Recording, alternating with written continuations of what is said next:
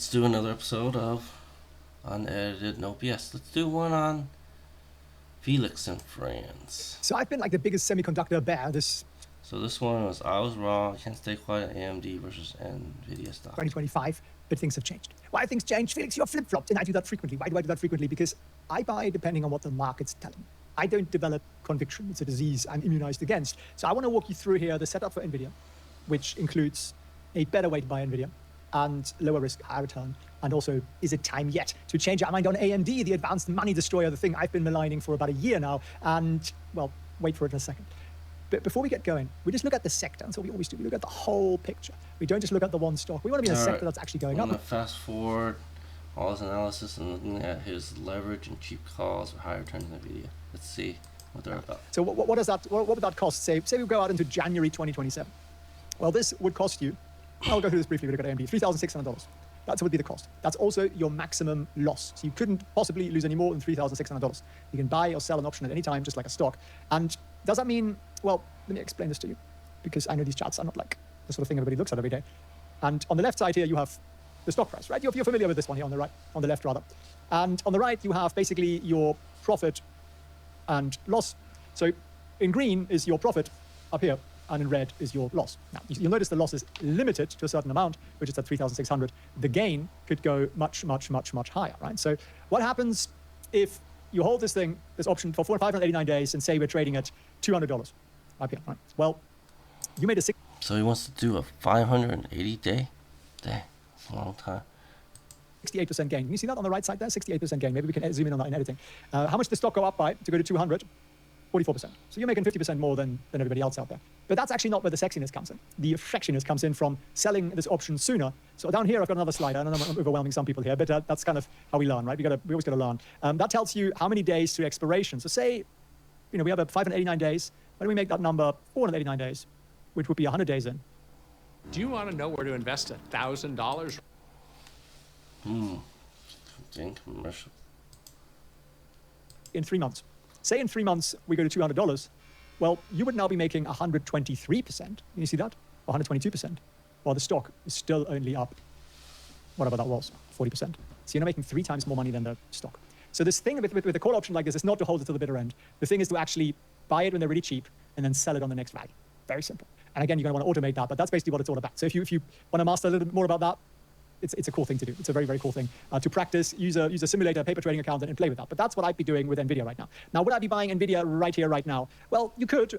Really nothing particularly wrong with it. You could also say, well, I'm going to wait for it to exceed the recent kind of closing prices here, which would be somewhere around $142. You could set up, or maybe even at the very top there, $143. So you could set up an order that would only trigger around $142 or $143, and therefore you'd be sure to be in on this on the move up rather than on the move down. But yeah, it looks pretty good. It looks pretty good to me. So we've kind of come out of the worst scenario here of the whole, nobody needs AI chips. Well, it's pretty clear everybody does. Institutions are buying this hand over fist. That's why I wanted to show it to you. What about AMD? Well, AMD options, first of all, they're also cheap, but not as cheap. They're at 26%, they're not at 4%. So 4% wins here from that point of view.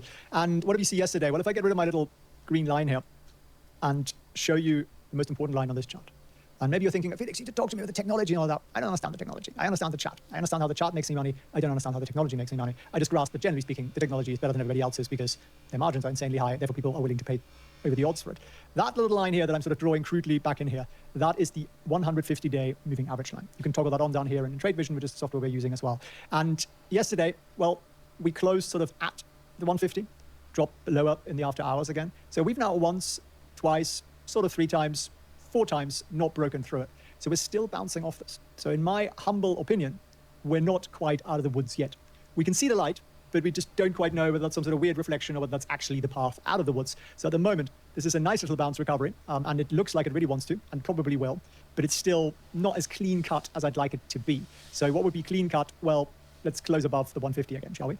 Maybe even take out those recent highs here. So the 120, it's kind of what I'm looking at now. I read 119 there, but and that's probably okay. Actually, 119, closing above 119 is probably still all right. Again, I'm telling you where to buy it. I'm just saying these are notes on myself. This is the way I'm looking at this. So am I excited about semiconductors again? Yeah, I am. Do I think there's going to be a tremendous rally in the second half of the year? Yes, I am. And if we dive into politics for a second here, the whole Trump-Elon malarkey just shows it's basically business as usual in Washington. And if you love Trump, maybe disagree with me on that one, that's okay.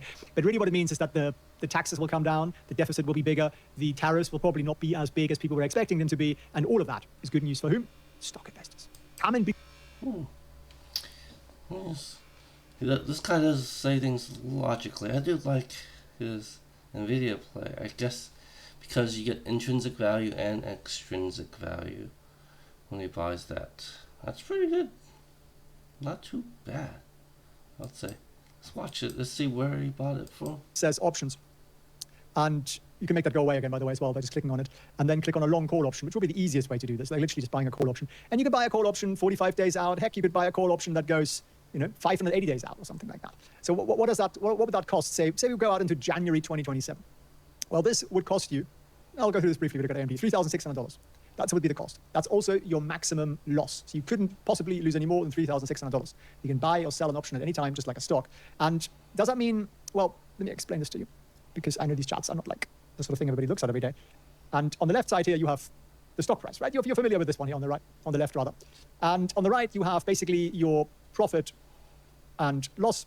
So in green is your profit up here. Oh, he's pretty much buying it at the money, it looks like. Just want to make sure. Not too bad. Not gonna rally rips money. Let's see which stocks are ripping. Felix and Winston here, and Winston said to me that you might be worried about your favorite tech stocks are going to do this coming week, and if that's the case, you found the right video for you. I'm going to walk you through. So it's Microsoft, Nvidia, Apple, Amazon, Google, Meta. See what he's going to say about Tesla after all this. Tesla. Well, Elon's done a pretty special feat. He's pissed off every Democrat under the sun. He's now pissed off a very large chunk of Republicans, apparently. And is a strange fellow, really. I don't really get these emotional outbursts. I think I just get a grip. I think, I don't know, those, he is kind of comical, this Felix guy. Right, you're the richest man in the world. Like, appreciate you're, passionate about debt of your country, but throwing the Epstein thing in there and all that stuff, I think it makes him look a bit pathetic. I think Trump, similarly, I think they both deserve to be put in the naughty corner for a few days and see if they can make up. But yeah, weird, isn't it? Richest man in the world, most powerful man in the world, and they have a hissy fit in the sandbox. But Tesla stock didn't like it. Yeah, we recovered 3.6% on Friday. Is that enough? Not really. Basically, it gets us just about out of the real hot water here, which is that 50-day moving average line. So we closed above that. That's good. Volume was pretty decent on the recovery, but not as big as it was on the sell-off. So politics is like all the way into the Tesla stock now for some reason. My Tesla call options got closed out because I set stops. So there we are at the moment. I am naked on Tesla. I have no Tesla. I like the stock. I love the stock. I love what they're doing with self-driving and technology and robots and everything else. But you can't ignore the momentum. You can't ignore the momentum. And at the moment, the momentum is sort of a Chris Rock-like slap in the face. Now, Palantir. Chris Rock slap in the face. So he didn't really give you any information other than the fact that he's not buying calls. Yes, he thinks it's bearish. Palantir, PayPal, Ultra Beauty stocks, SoFi, Hims, Hers, Archer, Rigetti, Gold, Royalty Corp, Nasdaq, S&P. Yeah, he gets quite a bit of stocks in there. I wish he would give better information about Tesla though. Let's see. What else?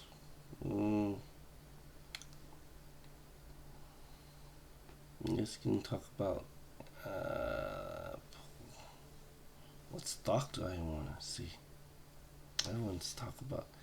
Anyways, other than that, he didn't really give you any information about Tesla other than the fact that it's a big slap in the face. Let's go see what else he has. I don't know. Felix and Winston here. In this, it's been a while since I watched some of his videos. What's wrong? The stock's about to go insane. Let's see what stock this is. imagine there was one stock that was powering the next generation of NVIDIA chips. Is it NVTS?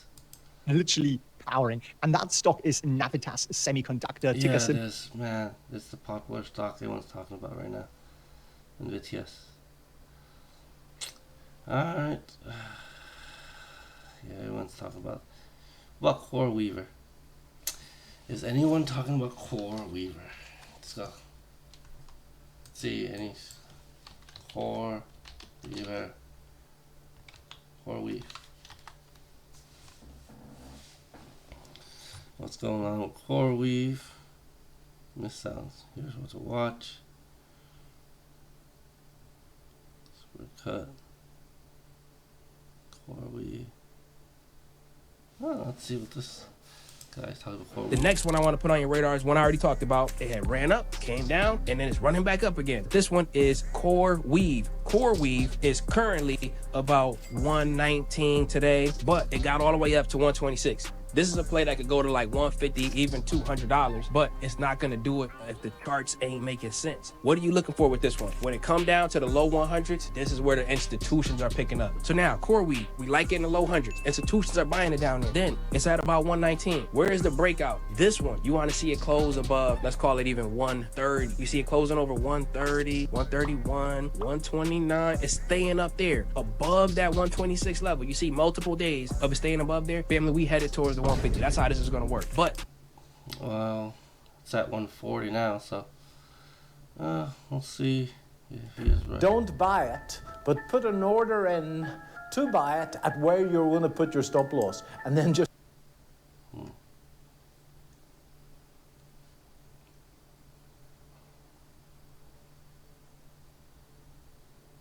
Ricky Gutierrez. By now, the stock is up 300%.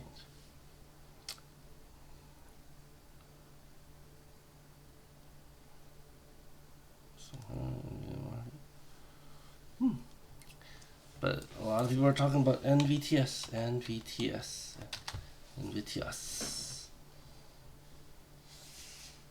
It's running hot.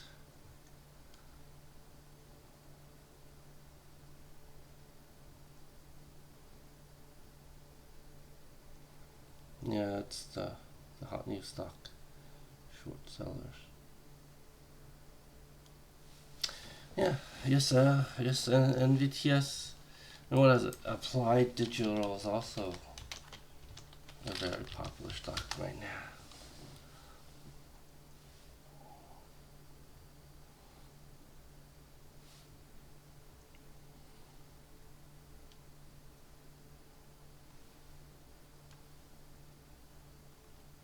From 6 to 17.